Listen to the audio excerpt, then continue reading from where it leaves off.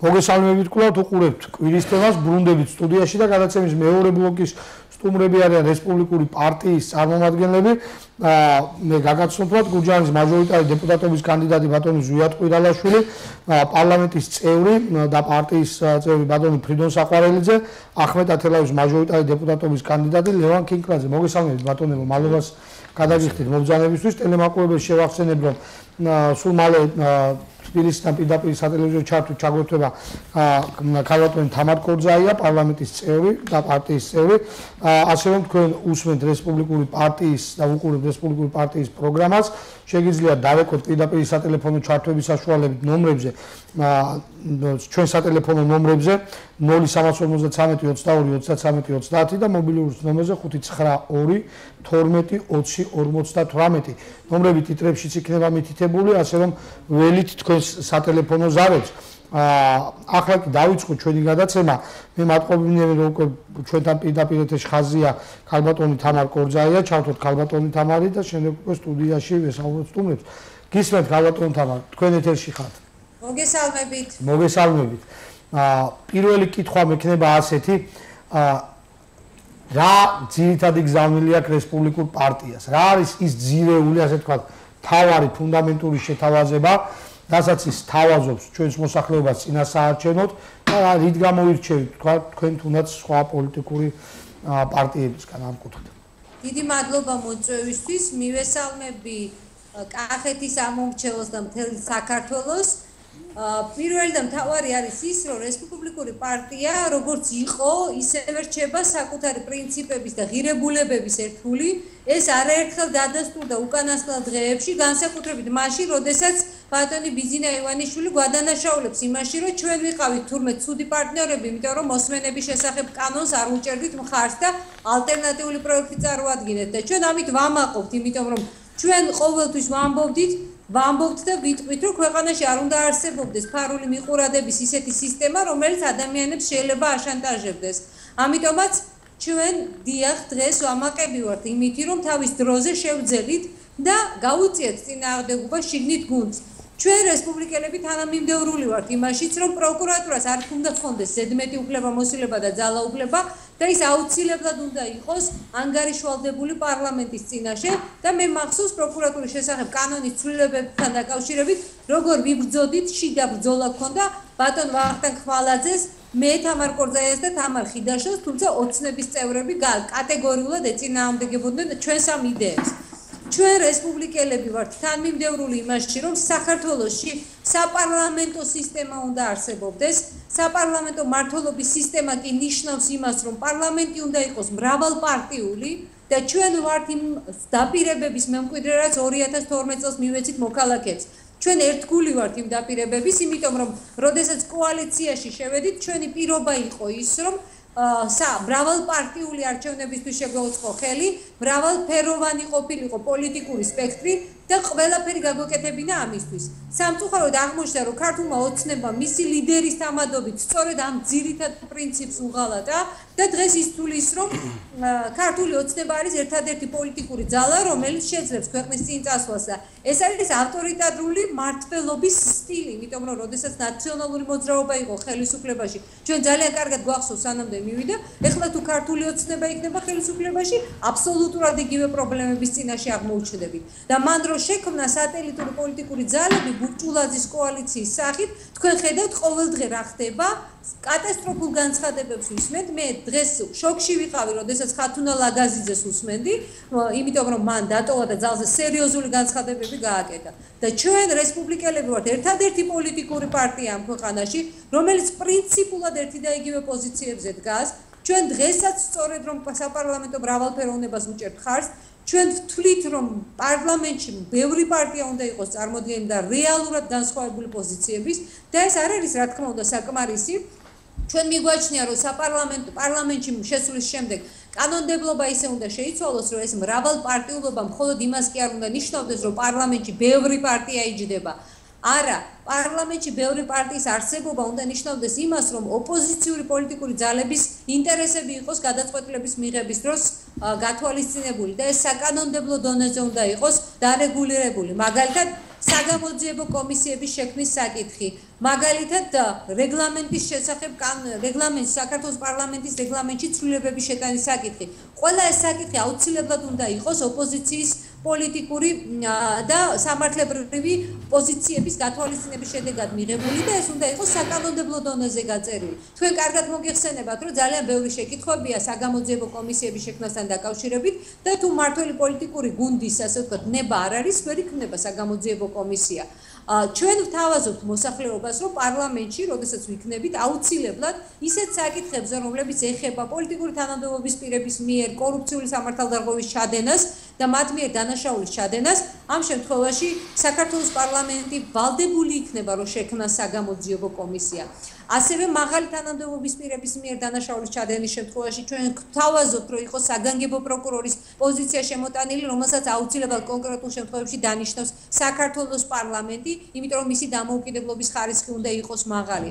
რეგლამენტის ცვლილებები ხშირად მმართველი პოლიტიკური ძალა და უმრავლესობის წარმომადგენლები აკეთებენ იმას, რომ მათი სურვილების მიხედვით იცვლება რეგლამენტის საქართველოს პარლამენტის რეგლამენტი და აუცილებელია, რომ რეგლამენტში შესული ცვლილებებიც ოპოზიციურ ძალებთან იყოს პრინციპულად შეთანხმებული. მექნება ერთი კონკრეტული კითხვა. რამდენჯერმე გაუსვით ხაზი იმას, რომ რესპუბლიკური პარტია არის იქ, სადაც იყო წლების განმავლობაში და ეს თქვენს საარჩევნო, ასე ვთქვათ, რეკლამაშიც გამოცდილია, ალბათ ამას გულისხმობთ. აი მაგალითად ერთ-ერთი ნინო ბურჯანაძე ამბობდა ისეთ რამეს, რომ პოლიტიკა არის ცვლადი მოცემულობა, ის იცვლება, მე შეიძლება ადრე ვთქვა, მქონდა რაღაც დასავლური ხედვები, მაგრამ აი დღეს ვთქვა უბლოკო სტატუსს თავაზობდა ასე შემდეგ. ანუ ის ამბობდა პოლიტიკა იცვლება. მოდით ვთქვათ ასეთი რაღაც. თუ იცვლება პოლიტიკა, რას ცვლის? მისი კეთილდღეობა რაზეა დამოკიდებული? ჩვენთვის რას ცვლის რესპუბლიკური პარტია? მე მაინტერესებს. აი რაიმე რესპუბლიკურ პარტიაში იცვლება? ხედვების დონეზე ქონიათ თქვენ ისეთი ეტაპი, რასაც ადრე სხვანაირად თვლიდით, დღეს სხვანაირად უყურებთ. აჰა, რა თქმა უნდა, არ არსებობს ღირებულებების გარეშე არაფერი დედამიწაზე და რა თქმა უნდა პოლიტიკაც არ არსებობს ღირებულების გარეშე და რესპუბლიკური პარტია იყო და არის იმ ღირებულებების ერთგული, რისთვისაც შეიქმნა და რისთვისაც დღეს არსებობს, რისთვისაც მოვიდა საერთოდ პარლამენტში და რისთვისაც იბრძვის. შეიძლება ტაქტიკა პოლიტიკაში ტაქტიკა, სტრატეგია იცვლებოდეს, მაგრამ ღირებულებები არ იცვლება და ნინო ბურჯანაძე კარგი მაგალითი მოიყვანეთ. ეს არის შემთხვევა, რომელსაც საერთოდ ღირებულებათა სისტემა აღარ აქვს და იმის მიხედვით მოქმედებს, სად ვისი ინტერესები ემთხვევა მის ინტერესებს, ოღონდ ხელისუფლებაში მოვიდეს. როგორ შეიძლება საერთოდ ვილაპარაკოთ პოლიტიკურ ძალაზე, რომლის საარჩევნო კამპანიაში და რომლის კლიპში პუტინი და რუსეთი ფიგურირებს და ხალხს იმას ეუბნება, რომ ის რუსეთთან აწარმოებს მოლაპარაკებებს. თქვენ ასევე თქვენს მიმართ გაგუბრალ ალბათ არ ვიცი დამეთანხმებით თუ არა, ადამიანებს ჰქონდათ რაღაც ჯგუფს ასეთი განცდა, რომ აი რესპუბლიკელები საუბრობენ და მე რა რაღაცა ისინი ვერ ახორციელებენ პრინციპულ პოლიტიკას, პრინციპულად ვერ მისდევენ საკითხს ბოლომდე და გუშინ ჩვენ მოვისვინეთ თქვენი ლიდერის განცხადება, როცა ამბობდა ის, რომ აი მხოლოდ რაღაც სწრაფვა კი არა დასავლეთისკენ, არამედ ამერიკის ან ნატოს სხვა ქვეყნის ჯარები, ვინმე ნატოში მიგვიყვებენ, ჩვენ შევქმნათ ისეთი გარემო, რომ ისინი შემოვიდნენ და დადგენ. ანუ ეს ნიშნავს გარკვეულწილად, რომ თქვენ გადახედეთ პოლიტიკას და უფრო მკვეთრ არჩევანებს აკეთებთ, უფრო მკვეთრ ნაბიჯებზე გადადიხართ. როგორი იქნება შეთავაზებები და რატომ ახლა, რატომ ადრე არა არის ეს კითხვები? კი ბატონო, მოგახსენებთ. რა თქმა უნდა, ჩვენ მკვეთრ ნაბიჯებს ვდგამთ. იმიტომ რომ ვითვალისწინებთ საერთაშორისო პოლიტიკურ ვითარებას, იმიტომ რომ ვითვალისწინებთ შიდა პოლიტიკურ ვითარებას და ჩვენ პრინციპულად ჩვენ ვთვლით, რომ მეტი ნატო საქართველოში არის ჩვენი გადარჩენის გზა, მეტი ევროპა საქართველოში და საქართველო ევროპასთან არის ერთადერთი გადარჩენის გზა და იმისათვის, რომ ჩვენ ვიყოთ უფრო უსაფრთხოები სანამ გავწევრიანდებით ნატოში, ამერიკის შეერთებული შტატების სამხედრო ბაზა არის ერთი სერიოზული ნახტომი ნატოში გაწევრიანების გზის დასამოკლებლად. ამას ვთავაზობთ, ანუ ეს არის ის შემთხვევა, ჩვენ ვრჩებით იმ მიზნის ერთგული, რასაც ქვია მეტი ნატო საქართველოში და თუმცა არის ამაზე შიშები, რომ არ იქცეს ქვეყანა პოლიგონად. დავასრულებ აზრს თუ შეიძლება, მაგრამ სწორედ პოლიტიკური ტაქტიკიდან გამომდინარე ვთვლით, რომ ეს არის ყველაზე უკეთესი გზა. და რა თქმა უნდა ჩვენ და ბატონმა დავით უსუფაშვილმაც ეთერში განაცხადა, რომ ნატოს წევრი სახელმწიფოების ბაზებზეა საუბარი, მაგრამ ყველაზე დიდი კონტრიბუტორი, რა თქმა უნდა, არის ამერიკის შეერთებული შტატები. ჩვენი ყველაზე ერთგული და დიდი პარტნიორი არის ამერიკული შეერთებული შტატები. ამერიკის კონგრესმა კიდევ ერთხელ არაერთ გზის ახლა ბოლო ისევ განაცხადა, რომ ის მხარს უჭერს საქართველოს ტერიტორიულ მთლიანობას და მოუწოდებს რუსებს, რომ წაიღონ უკან საკუთარი გადაწყვეტილება აფხაზეთისა და სამხრეთ ოსეთის დამოუკიდებლობის ცნობასთან დაკავშირებით. ამიტომ ჩვენ თვლით, რომ ჩვენ გვჭირდება ძლიერი პარტნიორი ამ შემთხვევაში და ამ პარტნიორულ ურთიერთობას ვთავაზობთ. და ჩვენ მადლობელი ვართ ამერიკის ელჩის განცხადების, რომელმაც თქვა, რომ ეს არის საინტერესო წინადადება და ისინი ამას აუცილებლად შეისწავლიან.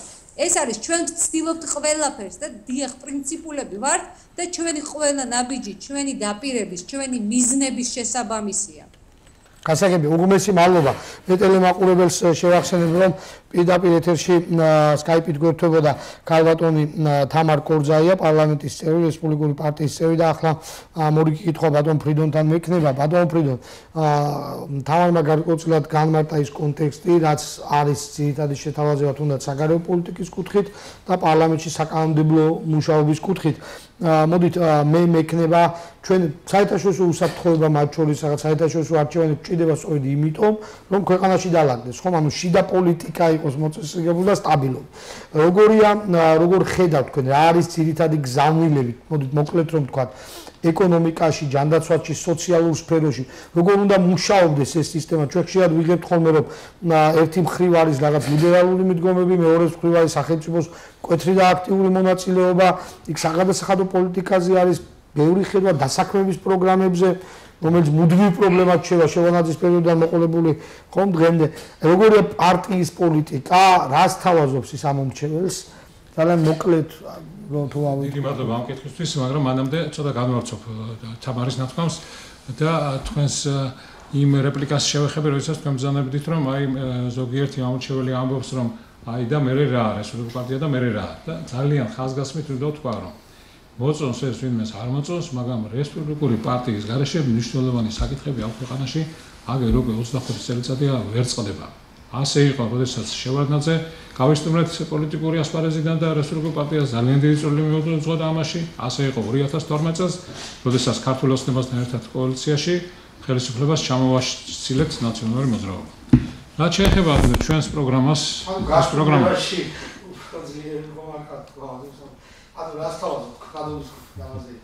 კი, რა თქმა უნდა. რა თქმა უნდა, ეს ჩვენი პროგრამა დიდი ხნის განმავლობაში მზადდებოდა, მასში ჩვენი პარტიის ექსპერტები იღებდნენ მონაწილეობას და ის მოიცავს ჩვენი ცხოვრების, პოლიტიკური თუ სოციალური ცხოვრების თითქმის ყველა სფეროს.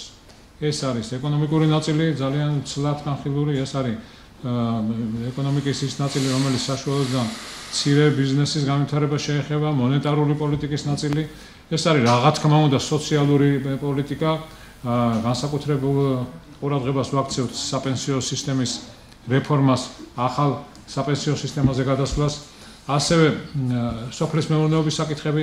ჩვენი ერთ-ერთი ძირითადი გზავნილია ამ არჩევნებისას წყალი ყველა ოჯახს. და ამაზე ჩვენი ექსპერტები მუშაობდნენ, ამაზე სპეციალური თავია, ძალიან ძნელი ახლა ძალიან მოკლე დროში რომ მოვყო, მაგრამ მე შევესწრები რომ შევეხო. ამას გარდა განათლების, კულტურის, ქართული ენის საკითხები ძალიან სამწუხაროა, რომ გუშინ მე უნდა ყოფილიყავი ეთერში სხვა 5 პოლიტიკურ პარტიასთან ერთად დებატებში განათლების საკითხებთან დაკავშირებით და აღმოჩნდა, რომ ან საერთოდ არ უწერიათ პროგრამაში სხვა პარტიებს განათლების საკითხები, ან კიდევ არ ყავთ ექსპერტები, ან არ აინტერესებთ მისვლა და ამიტომ გადაცემა ჩავარდა. უბრალოდ ჩემ თავთან ვერ დავიწყევი დებას და ამიტომ ძალიან სამწუხაროა ეს ამბავი. არა და რა არ მოწონთ დღეს ქართული ოცნების და რა თავაზობთ? არა მარტო განათლების მიმართულებით, არამედ ქართული ოცნების სიას რომ გადახედავ, ასე გონია რომ რაღაცა ქვის ხანაში აღმოჩნდი, იმიტომ რომ რაზეც ახლა მე ხა ვლაპარაკობდი გასტოვნებაზე რომ ვლაპარაკობდი, ზუსტად ის სახეები დაბრუნდნენ ქართული ოცნების სიაში. ის სახეები, ერთი მხრივ შევარდნაის სახეები და მეორე მხრივ ეგრეთ წოდებული პორტირებული ნაციონალები, რომლებიც ნაციონალური მოძრაობიდან გადმოვიდნენ ქართულ ოცნებაში. ეს ამ სიას ალამაზებს უბრალოდ რამდენიმე უცხოეთში მიღებული დიპლომიანი ახალგაზრდა და ერთხელ და მხოლოდ მისასალმებელია, მაგრამ საკმარისი არ არის და ისინი ვერ იქნებიან წავყვანი ზალა. ეს ერთი. მეორეც ერთი ის რომ ჩვენ დავჭით იმ პრინციპების ერთგული, რომელიც 2012 წელს დეკლარაციის სახით გავაფორმეთ ქართულ ოცნებასთან ერთად.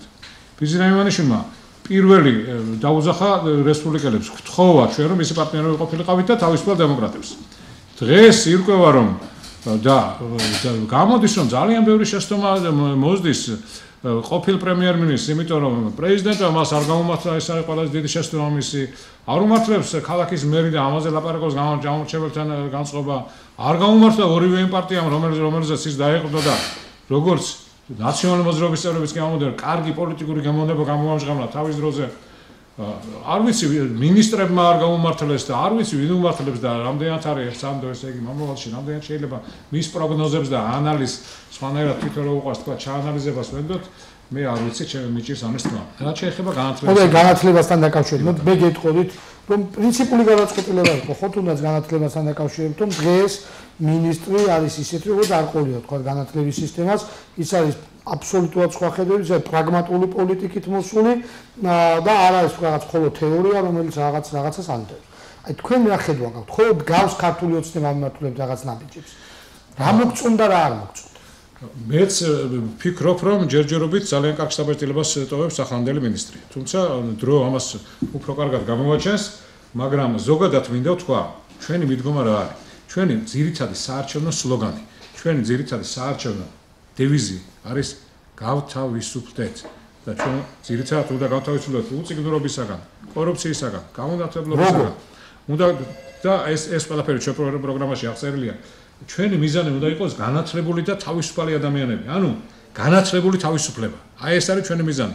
და ამიტომ, როდესაც განათლებაზე ვლაპარაკობთ, ძალიან მნიშვნელოვანია რომ პოლიტიკური პარტიები, საზოგადოება ერთხელ და სამუდამოდ შეთანხმდეს განათლების რეფორმის გრძელვადიან გეგმაზე. სხვანაირად შეუძლებელია. ეს არის ზეპარტიული საკითხი. ეს არის ჩვენი შვილების მომავალი. ამიტომ არ შეიძლება ყოველი ახალი ხელისუფლების მოსვლა ცვლიდეს განათლების საკითხებზე. მოქალაქე ჩავთოთ და შემდეგ დავბრუნდეთ სტუდიაში. ეთერში ხართ გისმენთ. არ გაიგეთ. აი ჩვენ არჩევას გავუშვით. ეთერში ხართ. მოგესალმებით, ეთერში ხართ. ალო, პირდაპირ ეთერში ვარ? დიახ, პირდაპირ ეთერში ხართ. ეხლა ალო, დიახ, მოგესალმებით. მივესალმები სტუდიას, გამარჯობათ. მოგესალმებით. პირდაპირ ეთერში ვარ? კი ბატონო, ბრძანეთ ისაუბრეთ, პირდაპირ ეთერში. რითი თქვა მინდა, ისეთ ნიკოლინ დაიღუპა ისა, კლოუნიო იყო რა. ძალიან სერიოზული კლოუნი და ბიზნეს სონგულაში უნდა მაგის ბიჭო ჩამოიყოს კლოუნები. მე რესპუბლიკური პარტიის დრო არა გვა გაჭირებული ხალხი ყავს, გვერდში დგომა უნდა. და უნდა რესპუბლიკური პარტიის პროგრამას მოვაშორეთ რა. რესპუბლიკურ პარტიასთან თუ გაქვთ კითხვები? რესპუბლიკურ პარტიასთან კითხვა მაქვს ის რომ რესპუბლიკური პარტია გაიმარჯვებს თუ სხვა პარტია ვისაც უნდა ხალხი სხვა ოღონდ კლოუნები ნიკოლინ დაიღუპა. გასაგებია თქვენი მოსაზრება. დავბრუნდით ისევ სტუდიაში, კონკრეტული კითხვა არ იყო თქვენთან. მე მინდა ახლა ზვიაც კითხო ძალიან ჩვენ დროში ვართ შეზღუდულები. კონკრეტული დრო და შემდეგ ისევ ბატონ ფრიდონ თქვენ და ლევანსას. ბატონ ზვიად, თქვენ ხართ კანდიდატი მაჟორიტარი დეპუტატობის გურჯაანის მუნიციპალიტეტში.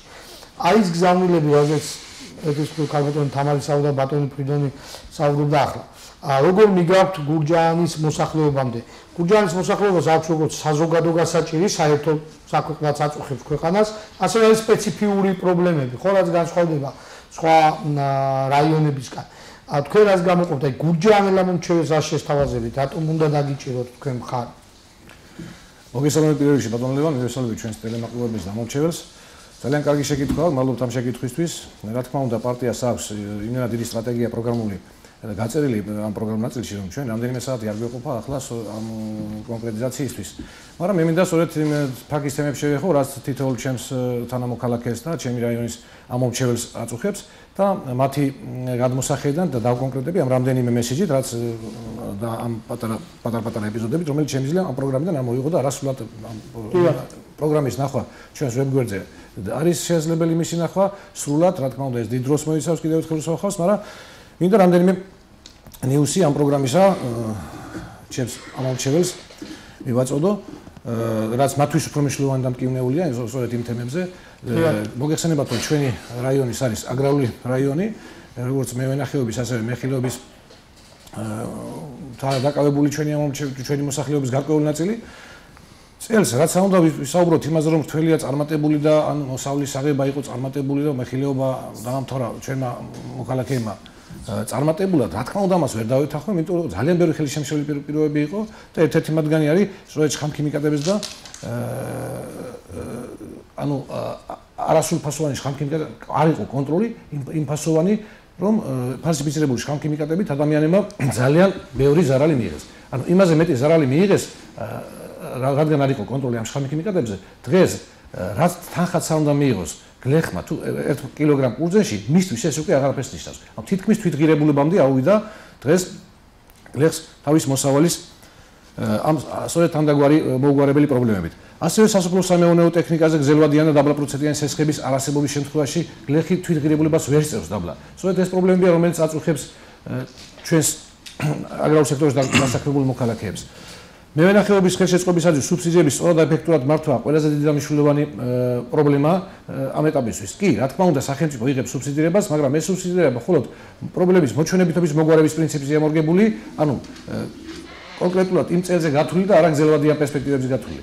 რა თქმა უნდა, ეს პროგრამა გადასახედი და სწორედ მენეჯმენტი და სწორედ მათთვის შემთხვევაში ამ სუბსიდირების შესაძლებელი იქნება ყურძნის ფასის იმ დონეზე ჩამოყალიბება და მართვა, რაც მისაღები უნდა იყოს გლეხისთვის და ანუ ეს სიკეთე მორგებული უნდა იყოს სწორედ მევენახისთვის და ამ დარგის განვითარებისთვის. ასევე მინდა ჩვენს პროგრამის ნაწილიდან შევთავაზო ჩვენს ამომრჩევლებს რომ თუ გვინდა სწორედ ამ სეგმენტში განვითარდეთ, ძალიან კარგი პროექტი აქვს ჩვენს პარტიას წარმოადგენელი და მინდა სრულად გადმოვცე ეს პატარა მონაკვეთი. თუ ცხოვრობს ადამიანი სოფელში და აქვს ბიზნეს იდეა, ასე ვთქვათ. უნდა წამოიწყოს რაიმე საკუთარი საქმე. სამისოდ მას ჭირდება საგრანტო თანადაფინანსება, ისაც განხორციელდება პროგრამა ბიზნეს დამწყებებისათვის რეგიონებში. თუ ადამიანი ცხოვრობს სოფელში და აქვს საკუთარი მცირე და ბიზნესი და წარმოების გასაფართოებლად ჭირდება ფულადის აღსრების, სამისოდ საგრანტო თანადაფინანსება და საგარანტიო უზრუნველყოფა ან საბანკო პროცენტის თანადაფინანსება, რისთვისაც განხორციელება პროგრამა მცირე და საშუალო ბიზნესის რეგიონებისთვის. მიკრობიზნესის ტიპის პროგრამები. ეს არის ესტუმრე უმასპინძლე საქართველოში. კი, სწორედ მაგას მინდა შევეხო და სწორედ მაგ სეგმენტის განვითარებას მინდა შევეხო. მიკრობიზნესის დამწყები ან განმათავისუფლებელი მოქალაქეებისა და მათი მცირე ჯგუფებისათვის გათვალისწინებული პროგრამისთვის დამწყებთათვის რეგიონებში წლის განმავლობაში გამოიყოფა არანაკლებ 60 მილიონი ლარისა 20,000 ლარამდე ღირებულების თანადაფინანსების გარეშე ინდივიდუალური და ჯგუფური პროექტებისათვის. პროექტების კონკურსი ჩატარდება წელიწადში 6 ჯერ, ყოველ ოთხში თითო კონკურსი 10 მილიონი ლარის გამოყოფის გათვალისწინებით. პროექტის ტიპების შემოტანის ბოლო დღიდან გადაწყვეტილებისა მიიღება და დაკონტრაქტების პერიოდი არ უნდა აღემატებოდეს 30 კალენდარულ დღეს. ასევე რეგიონებში მოქმედი მცირე და საშუალო ბიზნესის განვითარება, გაფართოება ფინანსური მხარდაჭერისას გათვალისწინებულია პროგრამის წლის განმავლობაში გამოიყოფა არანაკლებ 200 მილიონი ლარისა. ინდივიდუალური და ჯგუფური პროექტების ღირებულება იქნება 50,000 ლარიდან 1 მილიონი ლარამდე თანადაფინანსების გარეშე. პროექტების კონკურსის ჩატარება წელიწადში 4 ჯერ, ყოველ 3 თვეში თითო კონკურსი 50 მილიონი ლარის გამოყოფა. საიდან ძებნის სახელმწიფო ამას. მთლიანობაში ეს მოიცავს 260 მილიონ ლარს თანადაფინანსების გარეშე, ხოლო თანადაფინანსების ეს თანხა გაიზრდება 450 მილიონ ლარამდე.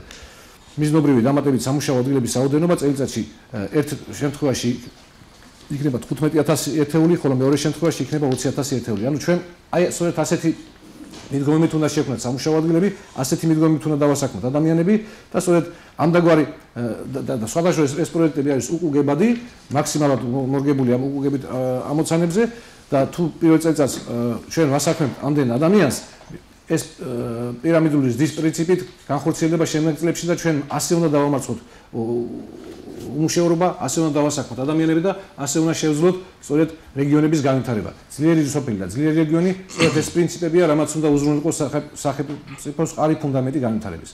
თავისუფალი განვითარების და გასაგებია ბატონო. გასაგებია, ანუ ეს არის ბიზნეს მიმართულებით ხედვა. მე ასევე დაგიბრუნდებით ბოლოს, ეხლა მე მინდა ბატონ ლევანს ვკითხო. ბატონ ლევან, თქვენი ძირითადი შეთავაზება, თქვენი ძირითადი აქცენტები რა არის ამომრჩევლისთვის? თქვენ ხართ ახმეტა თელავის მაჟორიტარი დეპუტატობის კანდიდატი და რა არის ძირითადი ამ შეთავაზებები თქვენთვის? მოგესალმებით, მივესალმებით თქვენს მაყურებელს. დამატებით მინდა მადლიერება გამოთქვა იმისათვის, რომ რეგიონალური მედია ვითარდება ტექნოლოგიური პროგრესის სახეზე, აგერთა მარი ჩაგვერთვა სკაიპი და ამისით მადლობა მინდა გადაიხადო. ვცდილობთ ცოტა. ესეთი ხალხი არ არის, მაგრამ ჩვენ ვცდილობთ. თავარია რომ ვცდილობთ. მაყურებელი დაგვრჩა უპასუხოთ, თუ შეიძლება მაყურებელსაც უპასუხოთ. პირველ რიგში კორექტირების მინდა მოუწოდეთ ჩვენს ზარი იყო განხორციელებული და ჩვენ ვერ მოვაშორებთ ვერავის არჩევნების სწორედ მოგონილია იმისთვის რომ თქვენ ამომრჩეველმა ვინც არ მოგწონთ შეგიძლიათ მიხვიდეთ გააკეთოთ გადაწყვეტილება და ვინც არ მოგწონთ მოაშოროთ ვინც მოგწონთ დატოვოთ აი სწორედ ამისთვის არის არჩევნები და ახლა თქვენ გეძლებათ საშუალება რომ მიიღოთ გადაწყვეტილებები ახლა უკვე თქვენს კითხვას დაუბრუნდები. პრობლემები არის თელავში, პრობლემები არის ახმეტაშიც.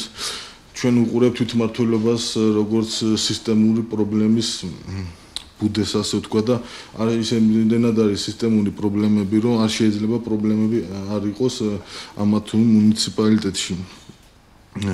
ჩვენს საარჩევნო პროგრამაში ვაცნობიერებთ ჩვენ რესპუბლიკელები ვაცნობიერებთ იმას რომ ადგილობრივი თვითმმართველობა არის დემოკრატიის განვითარებისთვის ერთ-ერთი ქვაკუთხედი შესაბამისად ჩვენს წინა საარჩევნო პროგრამაში ამას მნიშვნელოვანი ადგილი დაუთმეთ და ვფიქრობთ რომ გაწერილი გვაქვს ის საკითხები რაც აუცილებელია ადგილობრივი თვითმმართველობისთვის ეს ყველაზე მთავარი საკითხი ერთ-ერთი არის დეცენტრალიზაცია ადგილობრივი ხელისუფლება უნდა იყოს გამიჯნური ცენტრალური ხელისუფლებისგან და სხვა ხელისუფლების შტოებსაგან როცა ეს ასე არ არის და როცა გადააკვეთილია ეს ორი შტო ერთმანეთში რა თქმა უნდა ადგილი აქვს ნეპოდის და ათას უბედურებას ხო გადაიდგა ნაბიჯები აი გამგებლების არჩევა მაგალითად კი ბატონო კარგია რომ შემახსენეთ ეს ნაბიჯები რომ გადაიდგა აქ რესპუბლიკელების ძალიან დიდი წვლილია და ძალიან დიდი დამსახურება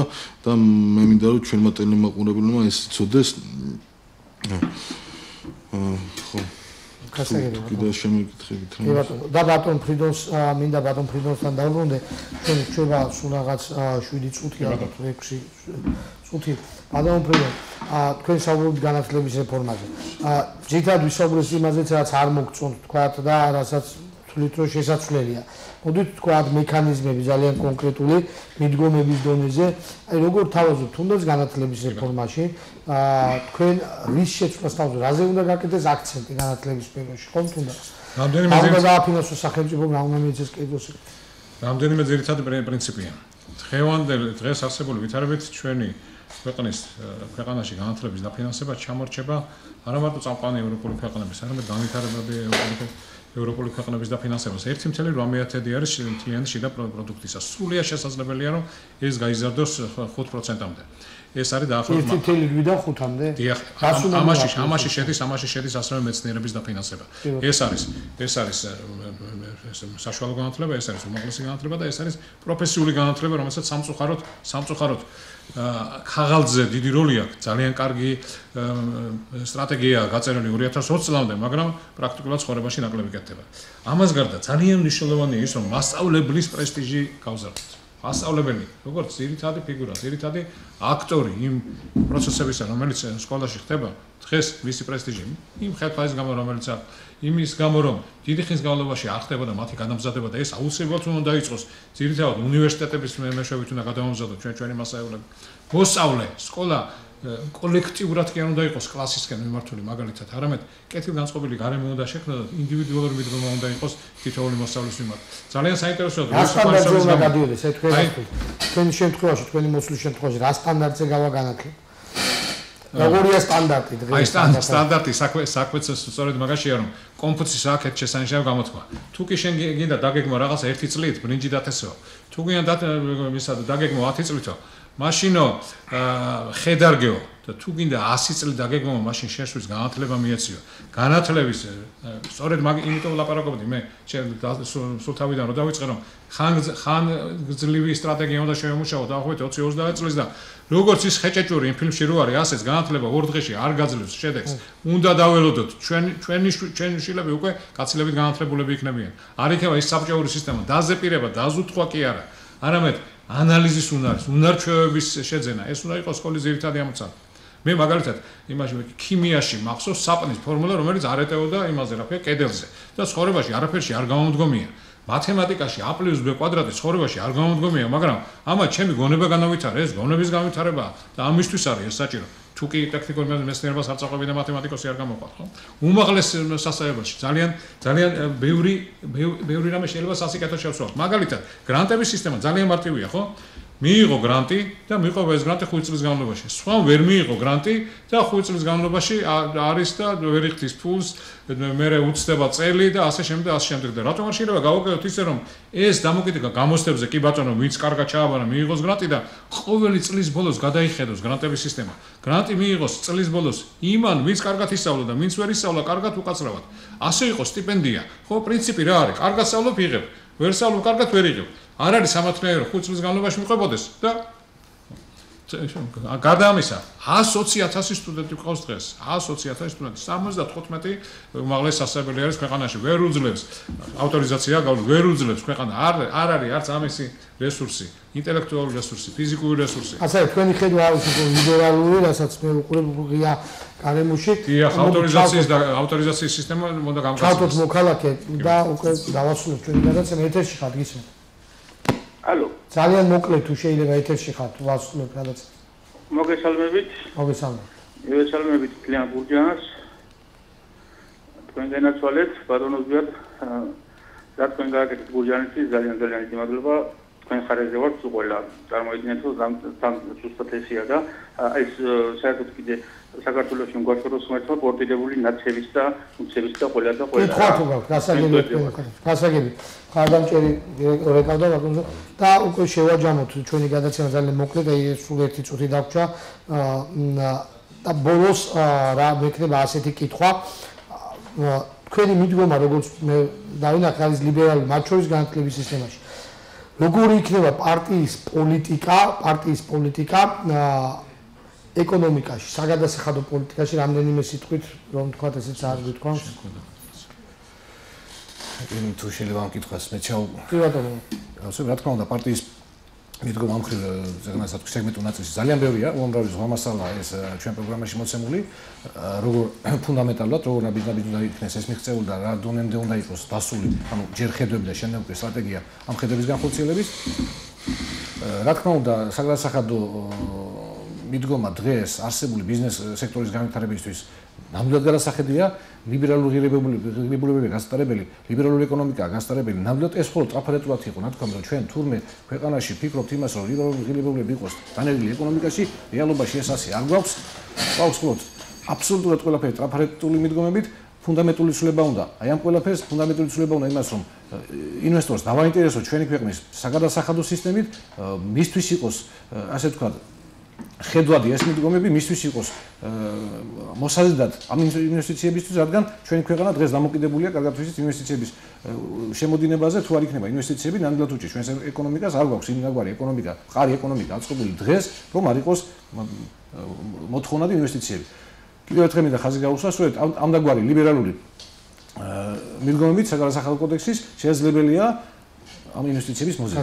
სამწუხაროდ ლიბერალიზმი და ჯერ კიდევ მოსახლეობის რაღაც გარკვეულ ნაწილში ცუდ სიტყვათ აღიქმება და ვინც ამას ამბობს, იმას ავიწყდება, რომ დიდი ილია, რომელზეც ჩვენ გობრალები რომ თურმე არ მოგხსნს და რაღაც ცუდ სიტყვას ამბობს, დიდი ილია ლიბერალი იყო, გრიგოლ ორბელიანის ცნობილი სიტყვები ის ლიბერალი გურთივი და გვალი და ისიც გავიხსენოთ, რომ ლიბერალიზმი ეს არის თავისუფლების იდეოლოგია. ამიტომ განთავისუფლეთ კორუფციისაგან, განთავისუფლეთ ერთპარტიული მმართველობისაგან, განთავისუფლეთ საბჭოური აზროვნებისაგან, განთავისუფლეთ ოკუპანტებისაგან, ბოლოს და ბოლოს განთავისუფლეთ 6-იანი რიცხვის ციფრი 6-იანი იძლევა ამის საშუალებას. გასაგებია, დიდი მადლობა სტუმრობისთვის, მე გისურვებთ წარმატებას. ტელემაყურებელს შევახსენებთ, ჩვენი გადაცემის მეორე ბლოკის სტუმრები იყვნენ რესპუბლიკური პარტიის წარმომადგენლები. მე დაგემშვიდობებით მომავალ პარასკევამდე ჩვენ კვლავ შევხვდებით გადაცემაში კვირის თემა მომავალ პარასკევს 20 საათსა და 30 წუთზე. კვლავ საარჩევნო ფორმატით, ასე რომ დარჩით ჩვენთან. კარგად გრძელდებათ.